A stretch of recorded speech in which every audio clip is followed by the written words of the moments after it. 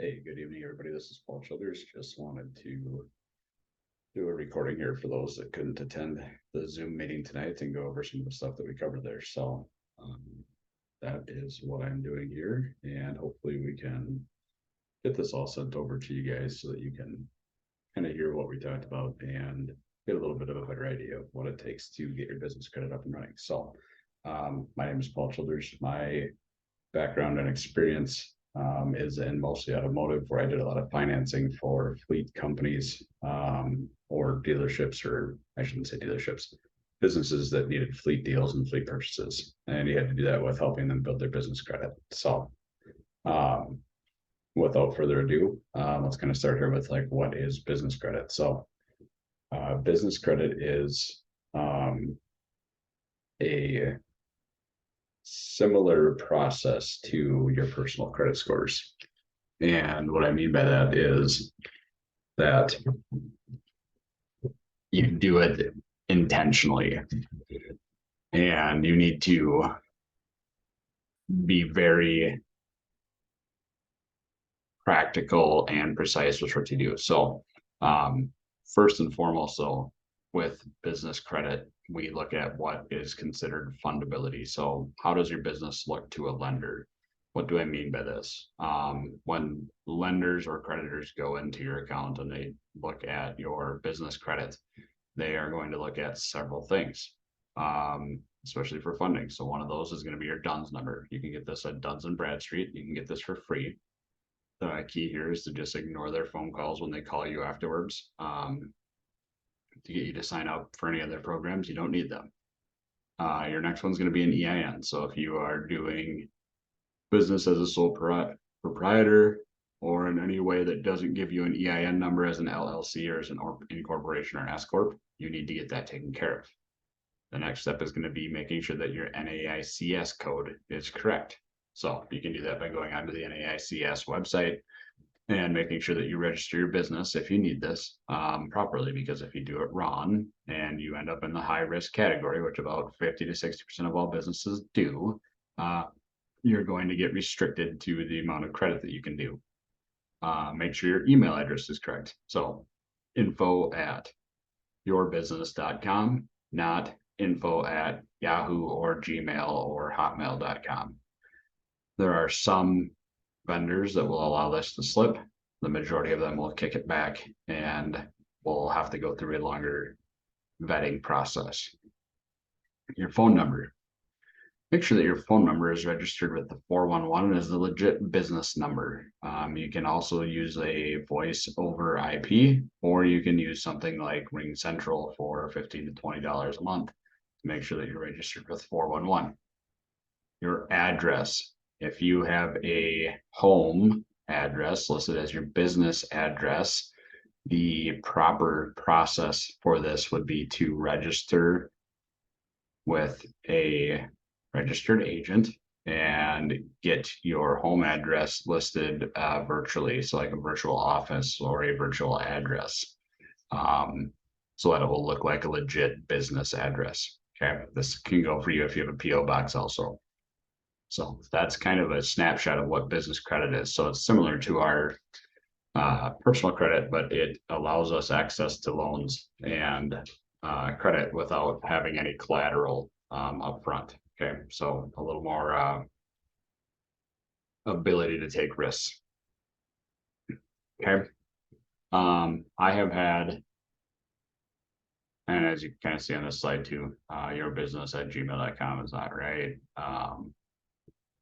You know, just look through this list here and the fundability and make sure that everything kind of checks the box, so that as you hear through the rest of this, the fundability aspect of all of this is going to come kind of as a recurring theme. So one of the things I've been hearing in our group in Apex has been questions about credit card stacking. What are the pros and cons? So I'm going to kind of touch base on this for you real quick here, and then provide you with some other options that could be helpful. So credit card stacking is a process that involves a person taking out a credit card so that you get a hard pull on your personal credit, and then you can apply for I've seen as many as up to like 10 or 11 cards applied for on the back end because you've already been hard pulled and approved all at one time. So it could be Amex is one that usually tends to be done with this. It gives you quicker access to large amounts of capital. Even if your business isn't established and you're not getting revenue, you do have to have a good personal credit score. You can get access to, again, the large amounts of capital. You can get access to low interest rates if you had a good personal credit score. And it is an okay way to get up off the ground if you need to as a business. Now, I will say this, if you have a bad credit score and you don't have a lot of history, there are ways to build business credit for free that don't involve you putting any personal risk at stake here, and also don't require you to play with credit cards and potentially get into the high interest rates, right? Like, what is the cost that you're incurring by doing it that way? Mind you that Amex is a good card, but be very careful when you're taking out any sort of credit card that says business credit card on there to make sure that if they have to use their social security number, which the majority of them do, they're only using it to identify who you are and not to personally guarantee. You will see that on the credit card agreement form. You just have to look very carefully. I will say this, the only Amex cards that I'm aware of that you can have without a personal guarantee on is the Amex Gold and the other cards that are kind of in that family. So if you're holding any other kind of Amex card, Capital One, Wells Fargo, Visa, all that kind of stuff, chances are that you're probably signed up as a personal guarantor on those. And two things: one, you're not building any business credit that way, and two is that you're putting yourself at unnecessary personal risk, and you're limiting the amount of access you have to capital versus running it through your business. So are there any other better options is the next question. The answer to that is yes. Remember how we were talking about your business fundability piece can cause you to skip some processes, steps in the process. What I'm saying there is that there are certain vendors that you can get access to quicker by having a good profile that allows us to cut some corners. So you don't have to provide the references, you don't have to provide deposits, you don't have to potentially have a personal credit pull to get access to some of these vendors. So let's see here. So you get access to vendor lines at smaller amounts here, and this is tier one, right? So you usually get a net 15 and a net 30 term. And what these vendors are in this area are usually like Uline is a good one. Granger Industrial Supply is a tier 3 one, but they can be a tier 1 if you have good fundability up front. So, but Uline is a real base one. They'll take pretty much anybody as long as your business address, phone number, and email address, and a business bank account all line up. And there are easy ways to apply for that, which we can talk about at a later time. But that is a good one to start building your business credit. And you can do that even if you have a bad credit score, if you have a personal bankruptcy, you can start building business credit this way, just with your EIN number. So if you are worried about your credit situation, this is a really good way for you to kind of start building up credit that can potentially change the trajectory of your business fairly quickly. So definitely something to take a look on. And you kind of just with the business credit side of things here too. So you get access to larger sums overall because your business generally generates far greater revenue than you do personally. So keep that in mind as you're thinking about this. So what does business credit get graded on? So business credit and what these vendors are looking for is usage. So the more you use, the bigger your credit terms get or your credit limits get. So I always recommend make sure to ask for an increased credit limit when you're doing business with these companies like Uline, Amazon Business, Walmart, etc. Use them. and make sure you're using them. But more importantly, make sure that you pay them off early or pay them off on time. If you are late on a payment, it is not like your personal credit where you have a window of grace. There is no grace period with business credit. You are either early or on time, or you are a black mark. And we don't want to have black marks. I can help you get those off, but it's not easy. So some of you are probably asking me, as you see on the screen here, you need a minimum of 5 trade lines to move to tier 2. So what is a trade line? A trade line is considered a payment experience. So look at it this way. Uline reports to 3 bureaus. They report to Duns & Bradstreet, Experian, and Equifax. Each one of those is considered a payment experience. So if you have one vendor that you're using that has all 3 that it reports to, you have 3 trade lines. If you have one that only has 1 that it reports to, you only have 1 trade line. So it's important to select the right vendor. And the tricky part about the small vendors here is that they're changing all the time. So fortunately, our technology that we have keeps us up to date with that. So we know who is doing it and who's reporting the right way and who's accurate and who's all up to date. So like we have that list and we have that availability and that data. Okay. So let's go back here to the access to the smaller line amounts. So is what I'm saying. So remember, you have to use it and you have to use it frequently. So you're not just putting like $50 on your credit card or your credit line every month through Uline. If you're an at-home business, this is great for you. You can buy toilet paper and some home necessities through these programs. Where I see a lot of businesses really take off here is like trades, construction, trucking, companies that have a lot of expenses each month. But you can do this from at home if you're a consultant too. It's not super difficult. But let's look at this for an example here. So let's say you have an Office Max card and you have a $2,000 credit limit on it and you're using it and you're paying it off. And you're like, okay, this is kind of neat. But I want to go to Staples and get a credit line from them. Staples is going to look at your account and go, oh, you've got Office Max at $2,000. Here, we'll give you access to $4,000. And in a way, you can kind of get them to compete with each other and open up a little more access for you. You can also ask them to give you more credit limits increases, like every 2 to 3 months. You should be doing this. Because this also gives you access to greater amounts further down the line when you're utilizing the amounts that you have at tier 1. So if you're utilizing tier 1 well and you have a strong base, when you go to tier 2, they're going to give you a higher rate and a higher limit. When you go to tier 3, it's going to stack again. When you go to tier 4, it's going to stack even more.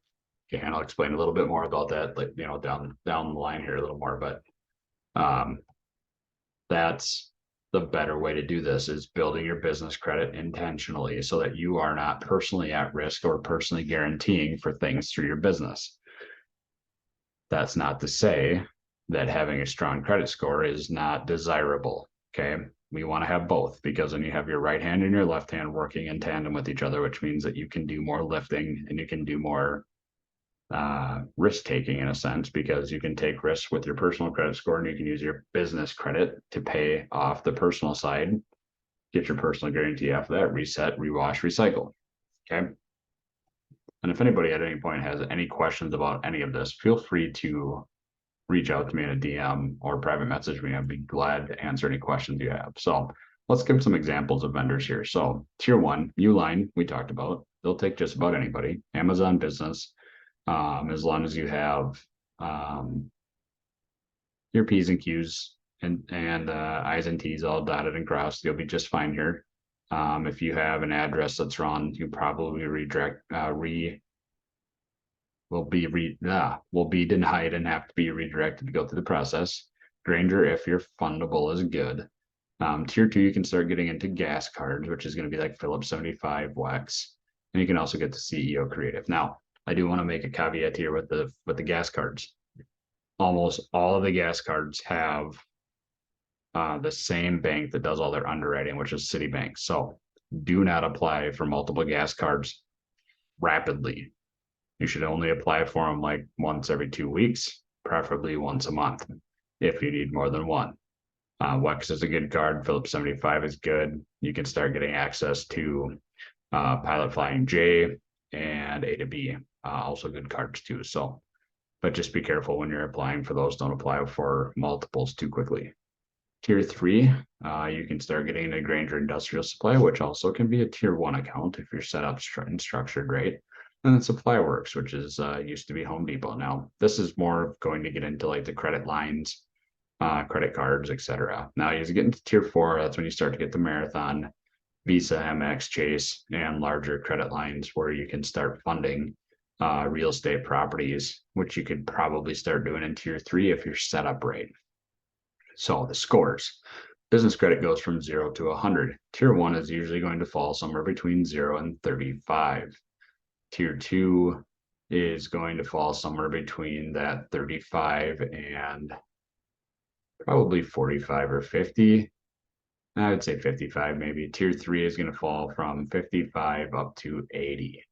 And Tier 4 is going to be anything above 80, which is going to give you access to all those lines and higher lending values that you're going to be able to utilize more with. So the thing to remember though is just because you have a high score, so let's say you have a 79 or an 81, that doesn't necessarily mean that you have high limits, because if you don't have a lot of pay experience or trade lines, your credit limits are going to be low. I see this all the time. A company has $5 million a year in revenue, and they have a recommended credit limit of $5,000 because they have no payment experience, even though they have a paydex score of, let's say, 66, right? So there are some layers to this, and you have to build it properly. Now, the good news is that you can either do this on your own, and I can walk you through that and give you access to some of the documents that allow you to do this. But the fastest way to do this is to do it guided. And we have a great technology that allows you to go through this faster. So what I tell people is that in some cases where, let's say I took a farm account and grew them in automotive probably over 3 years to a point where they could get access to GM Financial fleet lines and commercial deals with no personal guarantees involved. That took about 3 years, right? And that got them to access of about $200,000 of fleet vehicles. Now, through our program, through the J Galt portal, we can do the same thing. We just speed that up. And so usually we see similar results to that in that somewhere around a 12-month line. So about a year, if not less in some cases. It really just depends on you, the business owner, and how you apply everything, and how much effort you put in. So if this is something that you would like to talk about, definitely reach out. I will have my calendar link available so that you guys can check that out. Also, for anybody that thinks that they have business credit already or is curious if the Amex card that they're using currently reports, I am offering free credit report analysis pulled for you for your business. And it would give you facts and data and a good starting point. So again, if anybody has any questions or anything, feel free to reach out to me and ask. Otherwise, I do host this every Tuesday at 7 p.m. Central. It seems like with the interest we've had here, I'll probably keep kind of going over the basics for a little bit, but definitely looking for people that would love to come on and present, potentially some capital lenders or somebody that dabbles in the personal finance side to see how we can tie some of this stuff together between business and personal and really leverage this situation for people to get quickly into areas of wealth that they wouldn't have normally been able to get into. So appreciate your guys' time. Hopefully we can catch you next time live. Have a good night.